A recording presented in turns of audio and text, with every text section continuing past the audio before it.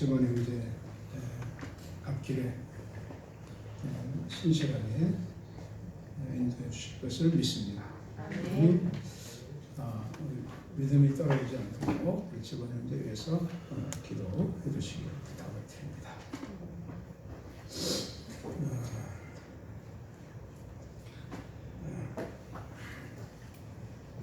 이 시간에는 하나님 말씀 듣도록 하겠습니다. 하나님 말씀 함께 읽기 위해서 다 같이 일어서야 되겠습니다. 출애굽기, 오늘은 출애굽기 말씀 먼저 읽고 읽고 이렇게 하겠습니다. 모세 장인이며 미디안 제사장인 이드로가 하나님이 모세에게와 자기 백성 이스라엘에게 하신 일, 곧 여호와께서 이스라엘을 애굽에서 인도해내신 모든 일을 들으니라.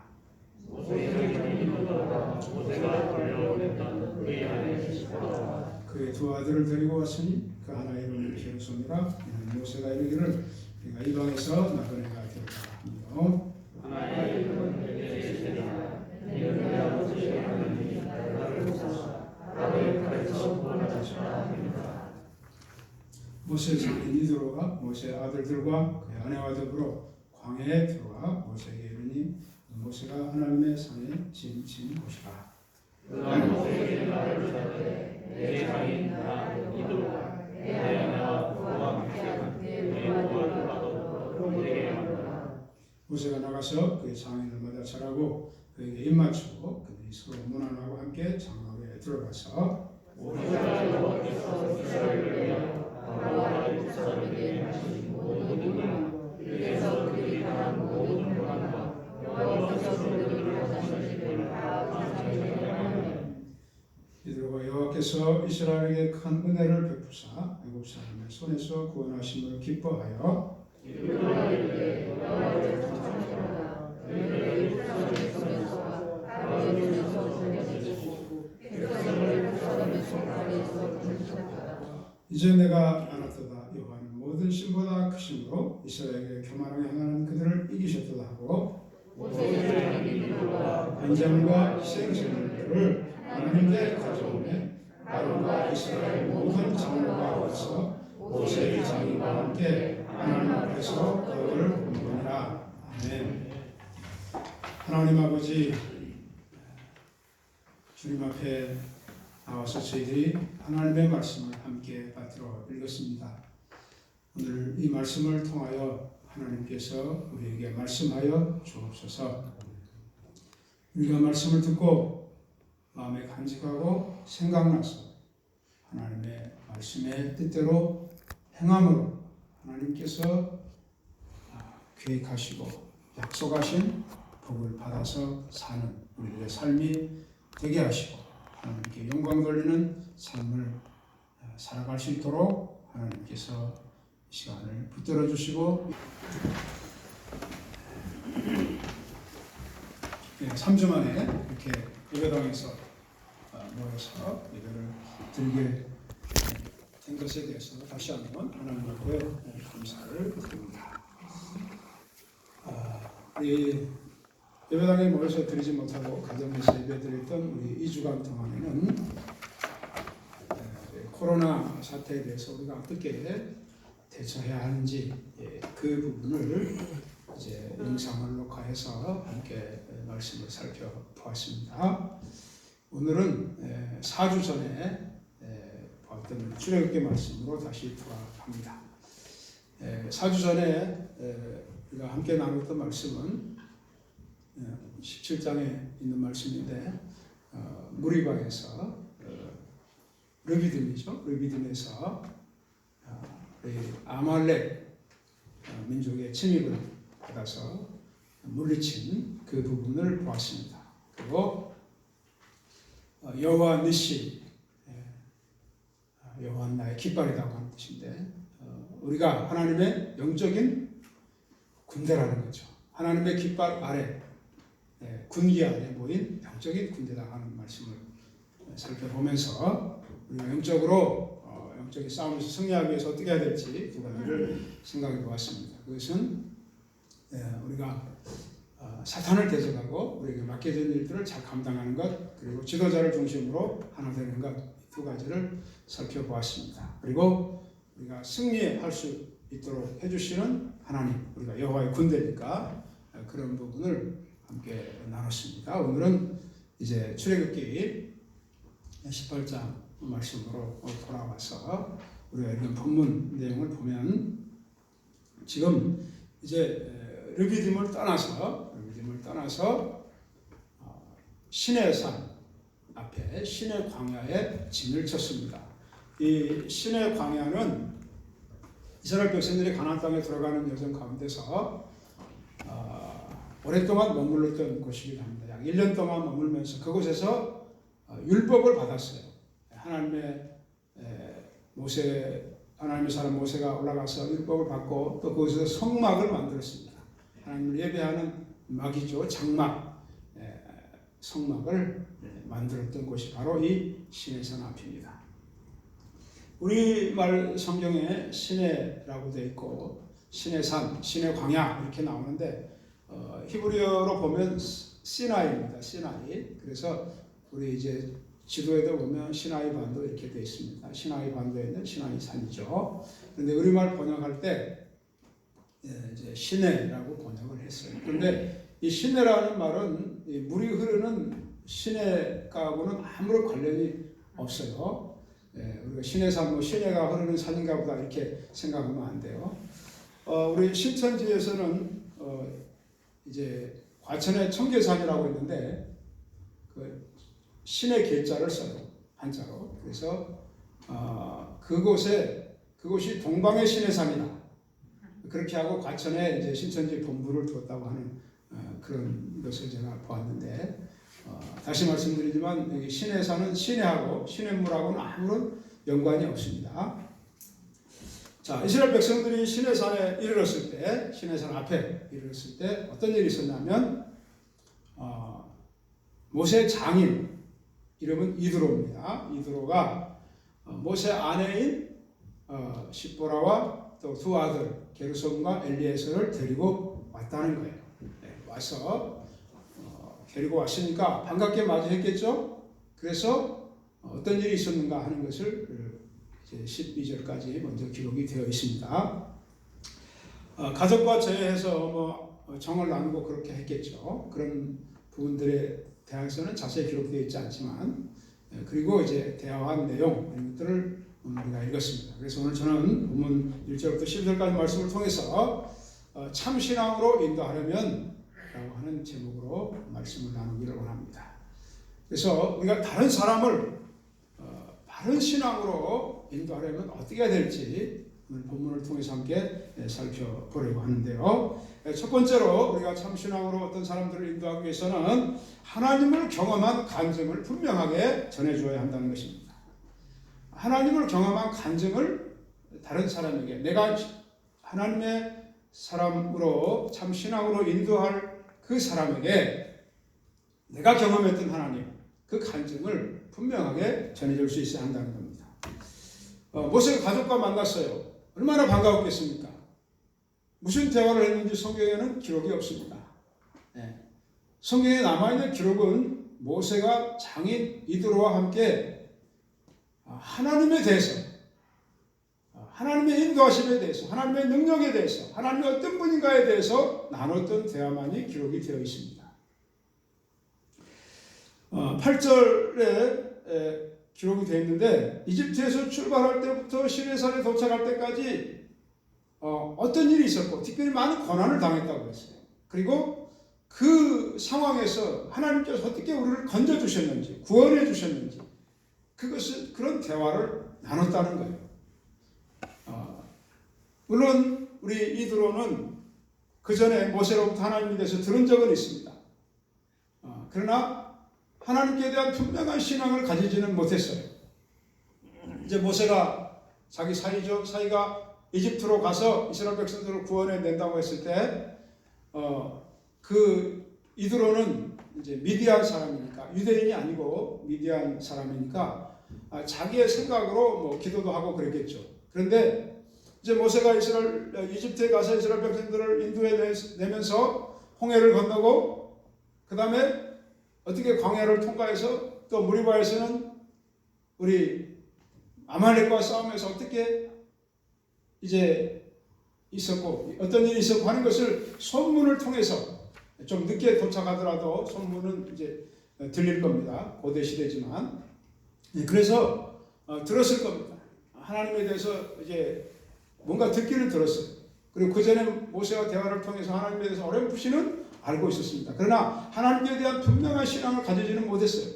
그런데 지금 이제 모세를 만나서 장막에 들어가서 모세하고 이제 대화를 하면서 이드로는 하나님께 대한 분명한 신앙을 갖게 된 것을 보게 됩니다. 이것을 우리식으로 표현하면 간증이라고 할 수 있죠. 간증, 신앙 간증. 내가 어떻게 하나님을 만났고 하나님이 나에게 어떻게 능력으로 역사하셨고 그것을 이제 간증하는 겁니다. 내가 고난 당했을 때, 어려움에 위기에 처했을 때, 그야말로 죽을 수밖에 없었던 그런 상황에서 하나님이 기적적으로 하나님의 능력으로 우리 이스라엘 백성들을 다 건져주셨다 하는 것을 간증을 했죠. 그래서 모세는 이 간증을 했고 이드로는 간증을 잘 들었습니다. 그리고 나서 하나님께 대한 확실한 믿음을 갖게 된 것이 우리가 읽은 본문에 기록이 되어 있죠. 이제 모세는 손으로만 듣던 그 하나님의 역사에 대해서 직접 경험한 모세로부터 드라마틱하게 생생하게 전달을 받았습니다. 그리고 이제 하나님께 대한 분명한 믿음을 갖게 된 것이죠. 이것은 우리가 다른 사람을 그리스도에게 인도할 때, 하나님께 인도할 때 어떻게 해야 되는 것을 우리가 이 모세의 이 대화 간증을 통해서 배울 수 있다는 겁니다. 특별히 가족을 전도할 때는 분명한 자기의 신앙 간증이 필요합니다.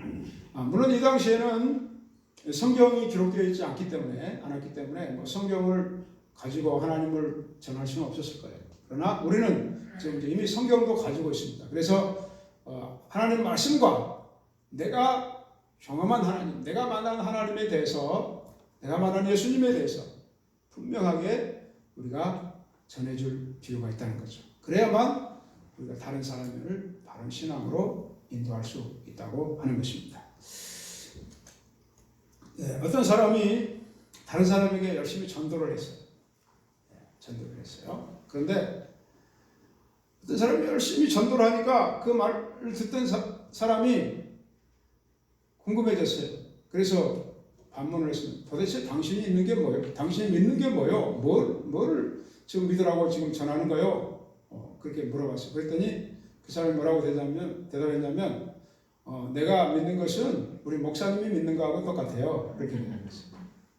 그러면 당신 목사님이 믿는 것은 뭔데? 그렇게 질문하니까 그것은 내가 믿는 거하고 똑같죠. 네, 그렇게 대답을 했어요. 이것은 간증입니까? 아닙니까? 간증이 아니에요. 예. 자기가 하나님을 먼저 만나서 믿은 분명한 경험, 체험이 있고 그것을 말해주는 것이 간증이죠. 예.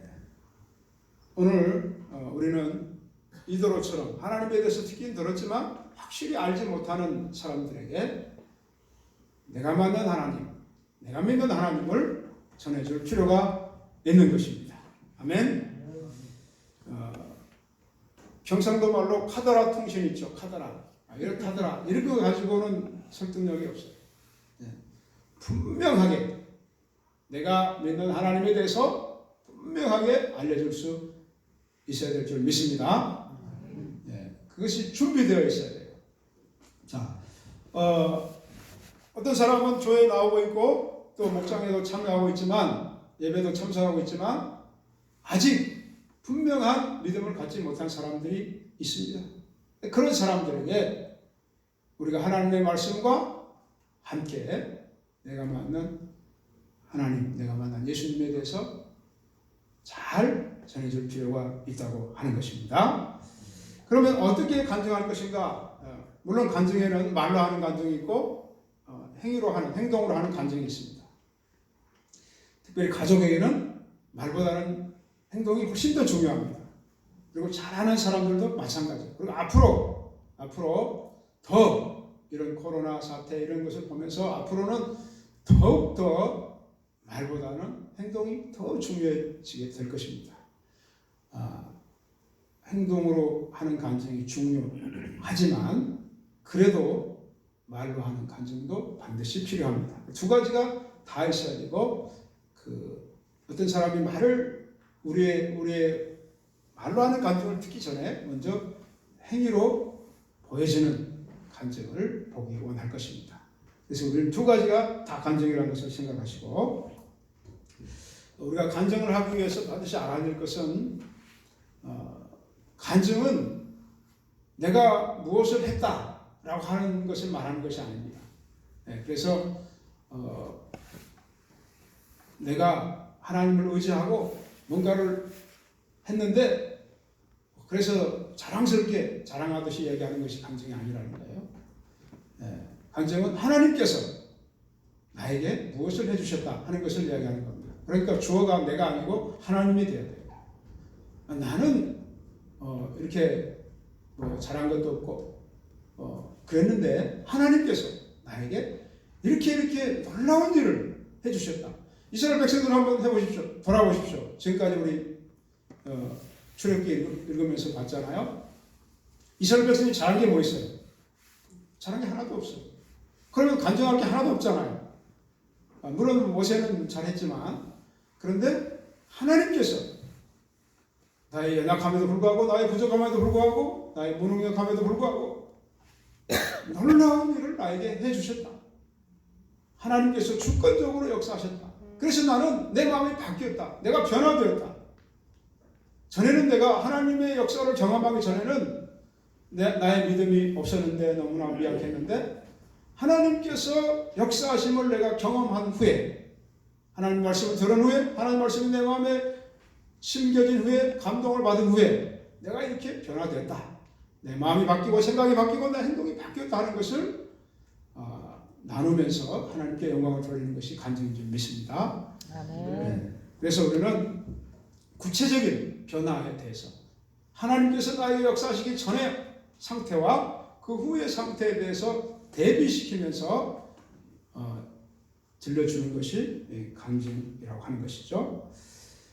그래서 우리가 특별히 예수님을 믿지 않는 사람에게 간증할 때 우리에게 어떤 간증이 있어야 될까요? 예수 믿기 전에는 내가 이걸 했는데 예수 믿은 후에 달라졌다고 하는 것을 간증하는 건데 내가 예수 안 믿었더라면 어떤 사람이 되었을 거야. 그리고 내가 지금 예수 믿었기 때문에 너무나 행복해. 이것을 말할 수 있어야 돼요. 예수 믿고 나서 어떻게 됐다고요? 행복하게 된 거. 예수 믿고 나서 마음의 평안이 있게 된 것. 어떤 사람은 그렇게 말할 수도 있을 거예요. 예수 믿지 않았다면 나는 벌써 이 세상에 없었을 것이다. 이 가운데 그 정도인 분은 안 계신지 모르겠지만 그런 사람들도 있어요. 들어보면 예수 안 믿었으면 내가 어떤 삶을 살게 되었을지 참 생각만 해도 끔찍하다. 그런데 내가 예수님을 믿어서 나의 삶이 이렇게 바뀌었다. 나는 지금 행복하고 나는 지금 마음에 평안이 있고 어려운 환경 가운데서도 나의 마음속 깊은 곳에 하나님을 향한 찬양이 흘러나온다. 이렇게 간증해야 되지 않겠습니까? 아멘. 그런 간증이 여러분에게 있습니까? 아멘. 그런 줄 믿습니다. 그래서 우리가 그것을 다른 사람을 참 신앙으로 인도하기 위해서는 하나님을 경험한 간증을 분명하게 확실하게 전해줄 수 있어야 되고 그렇기 때문에 우리 준비되어 있어야 되고 그리고 하나님께서 기회 주실 때 담대하게 그것을 나눌 수 있게 되기를 주님의 이름으로 축복합니다. 두 번째, 어떤 사람 참신앙으로 인도하기 위해서는 그 사람이 자기 믿음을 스스로 확신하고 나타내도록 도와줘야 합니다. 말씀을 들은 사람이, 나의 간증을 들은 사람이 스스로 자기 믿음을 확신하도록 그리고 그것을 나타낼 수 있도록 도와줘야 한다는 것입니다. 본문을 보면 이드로가 모세의 간증을 듣고 보인 반응이 나와 있어요. 시간 없어서 다 읽지 않겠지만 9절에서 11절 사이에 반응들이 나와 있는데 기뻐했다. 9절에 그렇게 나와 있어요. 기뻐했다. 10절에는 찬송하리로다. 하나님을 찬양했어요. 그 다음에 11절은 내가 알았도다. 그렇게 믿음을 고백했어요. 그 다음에 12절에는 번제물과 희생 제물을 드렸다고 되어 있어요. 자기 믿음을 자기가 모세의 간증을 들은 다음에 자기가 확신을 했어요. 믿었어요. 하나님을 믿었어요. 그리고 그것을 스스로 표현했어요. 찬양으로, 그 다음에 고백으로, 그 다음에 하나님 앞에 예물을 드림으로, 예배를 드리는 행위를 통해서 자신의 믿음을 표현했습니다. 그러니까 자기 스스로 확신하고 내가 들은 다음에 자기 마음으로 믿고 확신하고 그것을 나타내 보이는 그런 상태가 되었던 겁니다. 그랬을 때 모세와 이제 장로들이 함께 모여서 음식을 먹으면서 하나님을 찬양해서 우리가 교제가 이루어진 거죠. 교제가 그리스도 안의 교제, 하나님 안에서 교제가 이루어졌습니다. 이들은 분명한 확신을 가졌을 뿐 아니라 그것을 자기의 믿음을 행위로서 입증하는, 나타내는 그런 신앙의 모습을 보여주었습니다. 우리가 어떤 사람을 참된 신앙으로 인도하려면 우리의 간증을 들려주고 하나님 말씀을 이제 가르쳐주고 그렇게 해야 되는데 그 사람이 스스로 자기 입으로 자기 행위로 확신을 고백하고 나타낼 수 있도록 해야 됩니다. 영접 기도했으니까 당신은 예수 믿은 거야, 그건 받은 거야 이렇게 말하는 것은 지양해야 돼요. 조심스러워요. 스스로 나는 그건 받았어요. 내가 예수님을 믿었어요. 나는 내 마음속에 하나님이 살아계세요. 이렇게 스스로 자기의 믿음을 나타내고 또 입으로 고백하고 확신할 수 있도록 그렇게 도와줘야 한다는 것을 우리가 반드시 기억해야 될 줄 믿습니다. 아멘. 그냥 말씀을 전해주는 정도가 아니고 듣고 그냥 동의하는 수준이 아니고 분명하게 마음으로 믿고 자기 신앙을 간증할 수 있도록 그렇게 될 때 우리가 주 안에서 참된 교제가 이루어질 수 있다고 믿는 것이죠. 그렇게 될 때 우리는 거리낌 없이 형제 자매라고 부르면서 주 안에 형제 자매 교제가 이루어지게 되는 줄 믿습니다. 자, 믿음은 들으면서 나고 들으면 그리스도의 말씀으로 말미암았다 이렇게 성경에 기록되어 있어요. 우리가 할 수 있는 것은 하나님의 말씀과 우리의 간증을 들려주는 겁니다. 들려주는데 그럼 믿게 되는 것은 어떻게 되느냐? 그렇게 할 때 성령께서 듣는 사람의 마음속에 역사하셔서 확신을 주시는 겁니다. 그것은 우리가 할 수 있는 일이 아니에요. 하나님께서 성령께서 친히 하시는 영역입니다. 그래서 우리는 할 수 있는 것은 우리가 분명하게 말씀과 내가 믿는 하나님에 대해서 간증을 들려주는 거예요. 그리고 그 사람이 스스로 확신할 수 있도록 구원의 확신, 내가 전도했는데 구원의 확신이 없어요. 그러면 어떻게 해야 될까요? 그 사람에게 기도하라고 하세요. 기도하고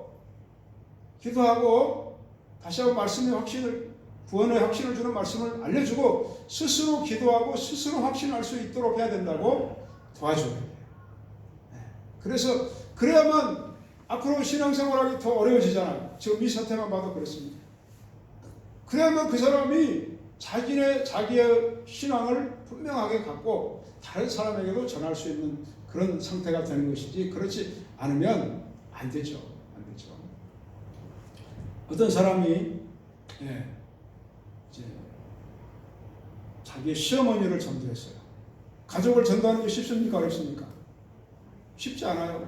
근데 시어머니를 전도했으면 대단한 거죠? 그 고부 간의 갈등이 있는데 시어머니를 전도했어요. 그런데 어떻게 했냐면 이제 제가 지금 전도 방법을 말하는 게 아니에요. 전도를 해서 교회를 나왔어요.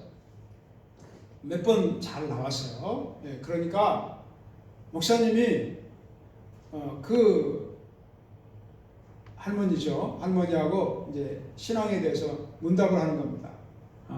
할머니, 예수님이 누구 죄 때문에 돌아가셨죠? 이렇게 목사님이 물어봤어요. 그랬더니 대답하는 말 자신있게 머뭇거리지도 않고 대답하셨어요. 우리 며느리 죄 때문에요. 이렇게 대답했어요. 왜 그런 일이 있었겠습니까?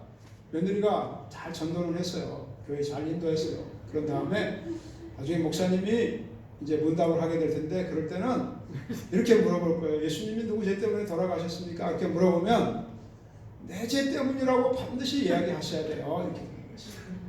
그 할머니가 본인을 생각하지 않고 며느리가 이렇게 하니까 내 죄 때문에 하니까 며느리 죄 때문에 이렇게 했다는 거예요. 이것은 안 되는 거죠. 안 되는 거죠. 네, 그래서 우리가 이제 스스로 확신할 수 있도록 또 스스로 믿음을 나타낼 수 있도록 도와줘야 돼요.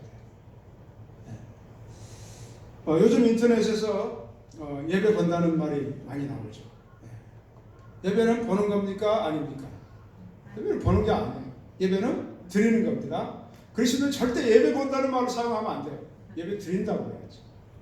네. 예배한다든지 예배한다, 예배 드린다. 예배 본다는 아니에요. 예배한다, 예배 드린다. 네. 그렇게 사용해요.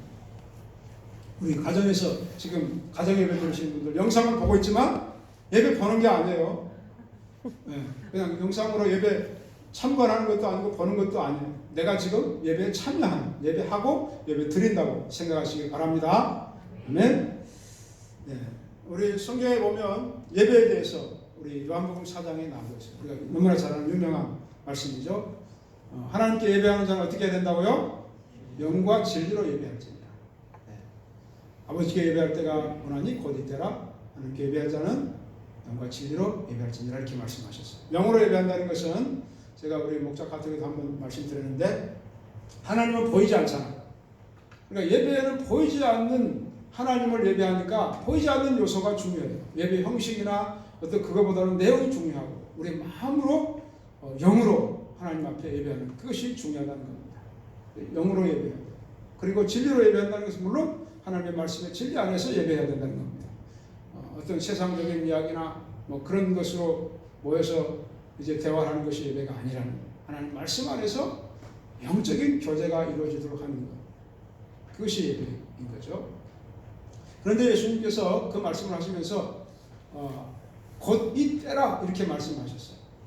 그 당시 사람들은 예루살렘에서 예배하는 것이 맞습니까? 아니면 뭐 우리는 사마리아에 있는 그리심산에서 예배하는데요. 이렇게 얘기하니까 예수님은 메시아가 오면 물론 이제 사마리아 여인의 말씀에도 나오지만은 내가 메시아인데 메시아를 만난 후에 드리는 예배가 장소보다 더 중요한 것은 언제 예배드립니다. 예수님을 만나서 예수님이 나의 구원자인 것을 확신한 다음에 내가 하나님의 자녀가 된 것을 된 분명한 믿음과 확신이 든 다음에 예배하는 것이 중요하다는 거예요.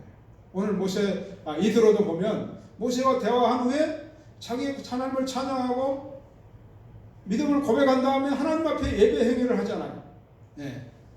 번제를 드리고 희생제물을 드려서 하나님 앞에 예배를 했어요. 하나님께 바른 예배는 우리가 하나님을 만나서 분명한 신앙을 가진 후에 스스로 확신하고 하나님이 나의 아버지고 예수님이 나의 구원자라고 하는 분명한 믿음을 가진 다음에 영으로 진리로 예배하는 영과 진리로 예배하는 것이 바른 예배라고 하는 것입니다. 믿음이 없는 예배는 참된 예배가 아닌 거죠. 예배 참석하지만 진짜 예배는 안 이루어지는 것이죠. 그래서 우리는 믿음의 확신 가운데 예배로 하나님께 자신의 신앙을 고백하는 것인 줄 믿습니다. 그래서 우리가 어떤 사람을 신앙으로 인도하기 위해서는 말씀을 들려주고 간증을 들려주고 그 다음에 그 사람이 스스로 확신하고 그 다음에 하나님 앞에 행위로 나타내도록 도와주는데 그것이 첫 번째가 예배하는 것입니다. 예배 행위로 먼저 나타나고 그 다음에 영적으로 성장해서 다른 사람을 전도하고 섬기고 여기까지 다 이제 포함이 되는 것입니다. 자, 저는 오늘 본문 말씀을 통해서 다른 사람을 신앙으로 인도하려면 어떻게 해야 되느냐 이 부분에 초점을 맞췄습니다. 그런데 한번 우리가 생각해 봅시다. 이제 갈수록 전도는 어려워지고 있습니다. 그런데 이번 코로나 사태 때문에 더 어려워질 겁니다. 사람들이 우선 모이는 것을 이제 힘들어할 거예요. 모이는 것 자체를 어려워요. 그래서 우리가 모인다고 얘기할 때 큰 교회 많은 사람이 모이는 큰 교회만 모인다고 생각하지 않고 사람이 많다고 생각하지 않고 조그만 교회도 사람이 많다고 생각해요. 그래서 큰 교회는 워낙 많으니까 조금 사람들이 좀 적게 참석해도 큰 이제 표시가 안 나지만 작은 교회는 이제 더 전도가 어려워지면 모이기도 어려워지고 하면 근데 더 오히려 타격을 받을 수가 있습니다. 그래서 작은 교회는 더 어려워지는 상황이 될 것 같고요.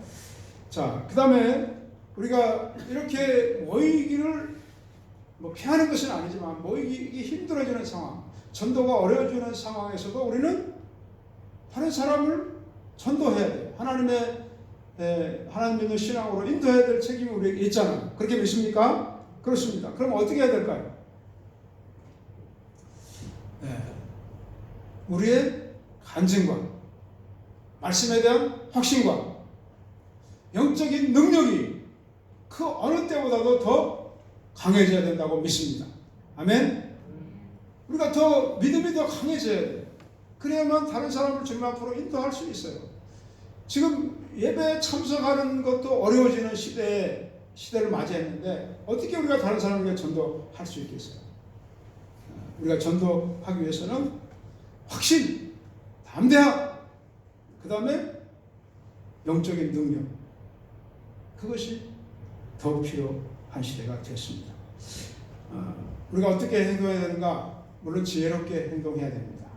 제가 그것을 부인하는 것이 아니고 우리 지혜와 담대함에 대해서 좀 말씀을 나누기로 해요. 지혜롭게 행동한다는 것은 우리가 예배 드릴 때 이제 마스크를 끼고 오늘처럼 이런 어려울 때 마스크를 끼고 그 다음에 가까이 가족이 아니면 붙어있지 말고 좀 떨어져 앉고 그래서 앞으로 예배당이 이제 예배당 크기의 개념이 달라질지도 몰라요. 예배당이 따다다 붙어있는 게 아니라 좀 멀찍멀찍 떨어져 앉아서 더 큰 예배당이 필요할 수가 있어요. 사람 숫자보다. 따다다 붙어 앉으면 앞으로 감염병의 위험이 있으니까. 그래서 그렇게 되면 우리 교회 예배당이 너무 좁은 상황이 될 수가 있어요. 어찌됐든 그렇게 하는 건 지혜로운 거죠. 그 다음에 소독도 하고 그 다음에 마스크도 끼고 이렇게 대처를 잘 하는 겁니다. 그리고 목장이나 이제 가정에서 교회에서 식사할 때도 지금은 식사를 하지 않지만 식사하게 될 때도 이제 음식을 나누는 문화가 바뀌어요.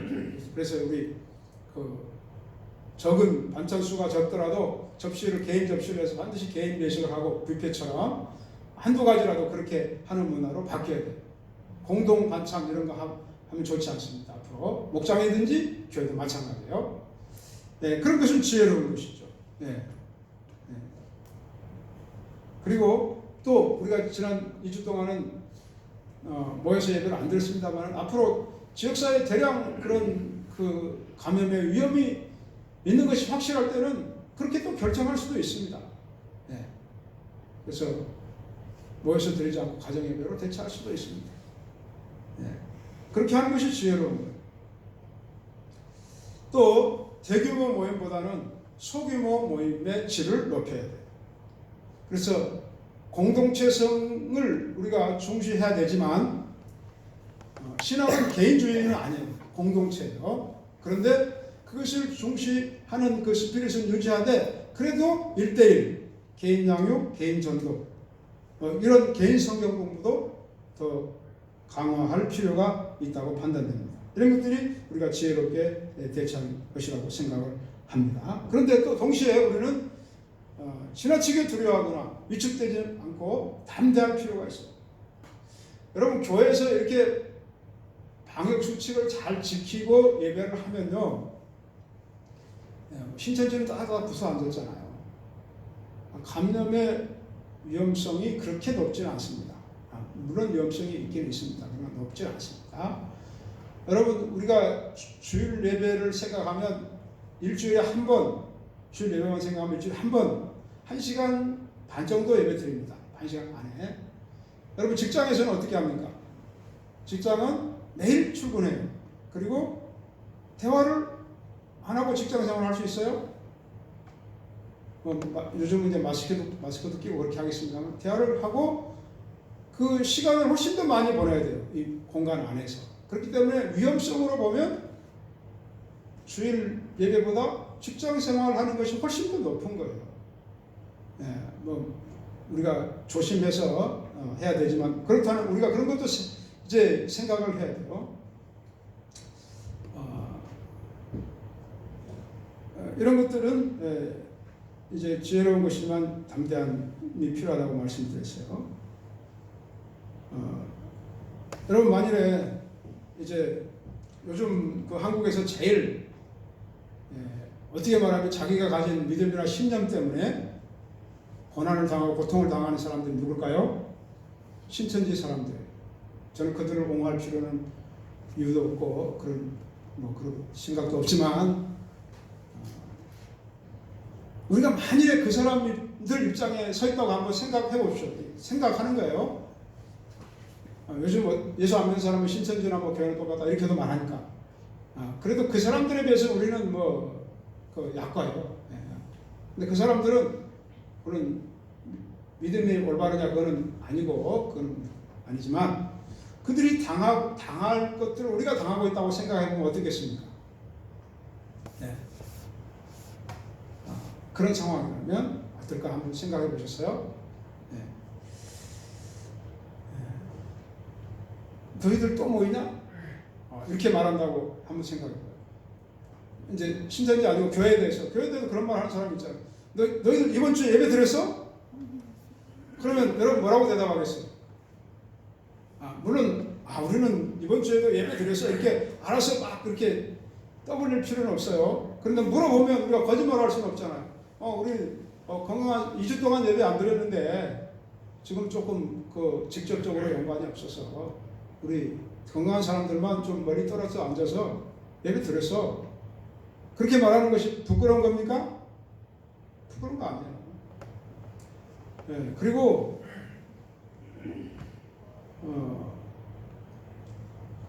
이제 우리가 예배를 그리스도인이 주일날 모여서 예배 드리는 것이 정상입니까? 안 드리는 게 정상입니까? 네, 드리는 것이 정상이에요. 우리가 정상과 이상을 바꿔서 생각하면 곤란해요. 지금 예배 안 드리는 것이 정상이다. 그것은 아니에요. 예배 드리는 게 정상인데 한시적으로 우리 공동체를 보호하고 또 사회적인 책임도 다하기 위해서 우리가 잠깐 안 드릴 수도 있다. 이것이지 다 정리될 때까지 예배 안 드려야 된다. 이것이 아니에요. 지난주에 거제시 문화예술과장이 전화를 했습니다. 전에는 밑에 직원들이 전화 왔었어요. 그런데 지난주에는 예술과장이 전화를 했어요. 그래서 이번 주에도 예배 안 드리시면 안 되겠습니까? 그렇게 말을 했어요.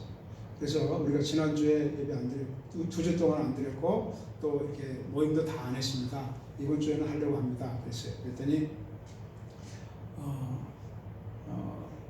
5번, 6번 확진자만 그날이 6번 확진자가 생긴 날이었어요. 그 확진자만 안 생겼어도 목사님 말씀대로 예배 드리는 게 좋을 것 같은데요. 5번, 6번 확진자가 생겨서 조금 자제해 주시면 안 되겠습니까? 그랬어요. 그래도 무슨 말인지 알겠는데 일단 우리는 그렇게 생각했습니다. 그렇게 하고 전화를 이제 좋게 끊었는데 나중에 이제 제가 소독해 달라고 말도 안 했어요. 그런데 와서 예배당 이제 소독 보건소 그분이 연락해서 아마 온 것으로 저는 그렇게 생각하는데 와서 소독을 해 줬는데 6번 확진자는 그게 제대로 된 게 아니었어요. 퇴원했어요. 지금. 퇴원해서 사실은 그 사람 코로나 걸린 것도 아닌데 진단한 시약이 오염이 됐는지 뭔지 모르겠어요. 바로 병원 갔다가 바로 금요일날 퇴원됐어요. 그러니까 6번은 이제 아닌 거나 마찬가지예요. 자, 한번 생각해 봅시다. 우리가 앞으로 너 아직도 교회 다니니? 이런 말을 들을지도 몰라요.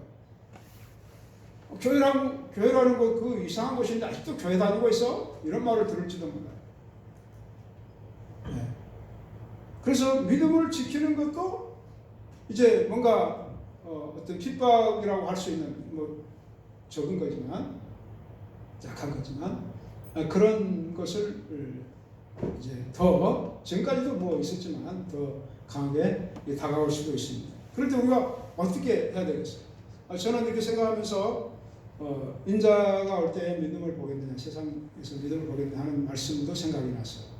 그래서 점점 더 이제 전염병이 이 코로나19 같은 게 안 오면 얼마나 좋겠습니까만 안 온다는 보장은 없어요.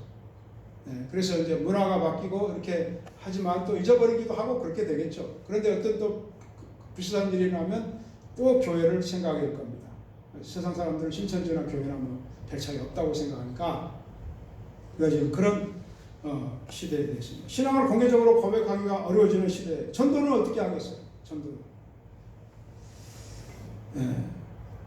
우리가 지혜에 속하는 것과 담대함, 믿음을 타협하지 않고 담대한 것에 대해서 분별을 잘해야 됩니다.